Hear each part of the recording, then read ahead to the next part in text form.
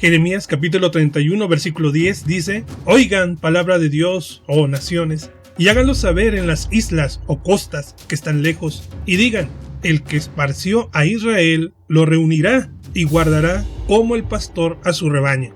Esta es la palabra de Dios que profetiza, que anuncia el regreso de Israel a Palestina, a la tierra de Canaán, porque desde el siglo VII a.C., los israelitas fueron echados fuera de la tierra de Canaán.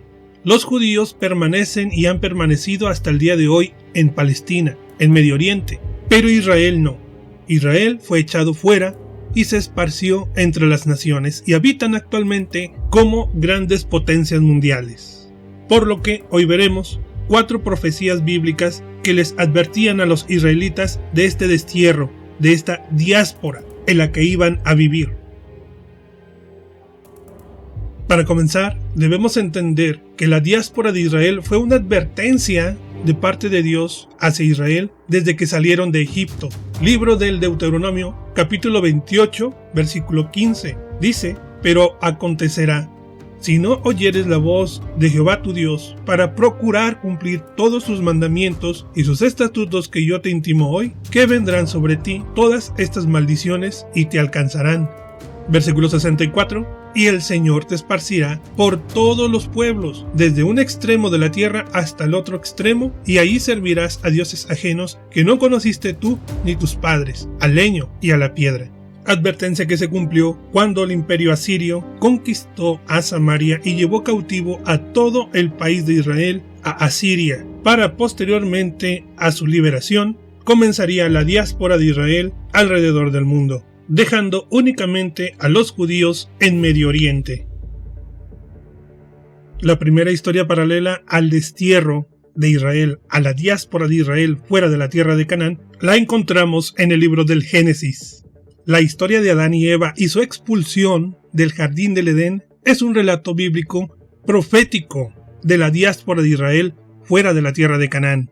La historia comienza con Dios creando a Adán a partir del polvo de la tierra y luego creando a Eva a partir de una costilla de Adán. Dios les dio la orden de no comer del fruto del árbol del conocimiento del bien y del mal que se encontraba en el jardín del Edén. Sin embargo, Satanás, disfrazado de una serpiente, persuadió a Eva para que cometiera un pecado, comiendo del fruto prohibido, y ella, a su vez, persuadió a Adán de hacer lo mismo. Cuando desobedecieron a Dios, sus ojos fueron abiertos y adquirieron el conocimiento del bien y del mal. Dios los castigó por su desobediencia, pronunciando una serie de maldiciones sobre la serpiente, la mujer y el hombre. Como parte de la consecuencia de su pecado, Adán y Eva fueron expulsados del jardín del Edén para que no pudieran comer del árbol de vida y vivir eternamente en su estado caído.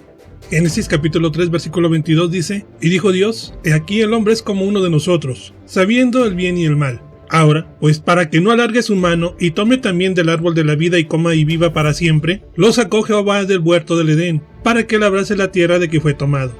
Versículo 24: Echó pues fuera al hombre y puso al oriente del huerto del Edén querubines y una espada encendida, que se revolvía por todos lados, para resguardar el camino del árbol de vida. La otra historia paralela al destierro de Israel es la historia de José el Soñador, la cual se relata en el libro del Génesis, en los capítulos 37 al 50. José era uno de los 12 hijos de Jacob, también conocido como Israel, y era su hijo favorito. Esta preferencia causó celos entre sus hermanos, quienes finalmente conspiraron para deshacerse de él. Lo vendieron como esclavo a unos comerciantes que lo llevaron a Egipto. En Egipto, José fue comprado por Potifar, un oficial del faraón, y sirvió en su casa. Sin embargo, enfrentó dificultades cuando la esposa de Potifar lo acusó falsamente de intentar violarla, lo que resultó en que José fuera encarcelado. En prisión, José mostró dones de interpretación de sueños, y más tarde, cuando el faraón tuvo un sueño que desconcertó a todos sus sabios, el copero, que había estado en prisión junto con José, recordó sus habilidades y lo recomendó al faraón.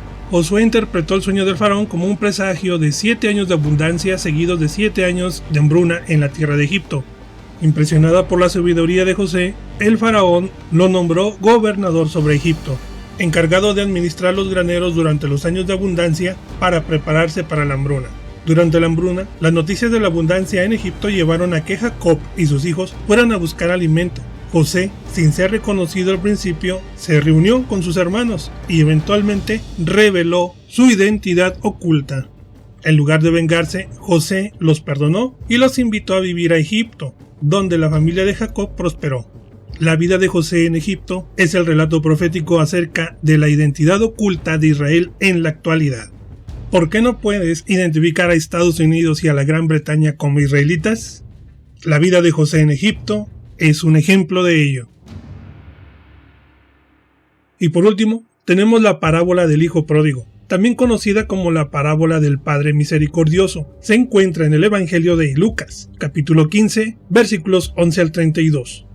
Esta parábola nos muestra que un hombre tenía 2 hijos y el hijo menor le pidió a su padre su parte de la herencia y se fue a una tierra lejana, donde derrochó su fortuna en una vida de excesos y desenfreno. Después de gastar todo su dinero, una gran hambruna afectó la región y él se encontró en extrema necesidad. Así que decidió regresar a casa y pedirle a su padre que lo aceptara de nuevo, incluso solo como uno de sus siervos. Sin embargo, cuando el padre vio a su hijo lejano, corrió hacia él, lo abrazó y besó, mostrando una alegría abrumadora por su regreso. El padre ordenó que se le dieran ropas nuevas y un anillo, símbolos de restauración y honor. Se celebró una fiesta para recibir al hijo pródigo de vuelta a la familia. Este relato destaca la gracia, el perdón y la compasión del Padre, ilustrando la misericordia divina de Dios hacia aquellos que se alejan pero regresan arrepentidos. Misma misericordia que Dios mostrará para con Israel y su regreso a Medio Oriente. Pero también resalta la actitud del hermano mayor, quien se siente resentido por la bienvenida que recibe su hermano menor, mostrando así la necesidad de comprender y practicar la misericordia y el perdón.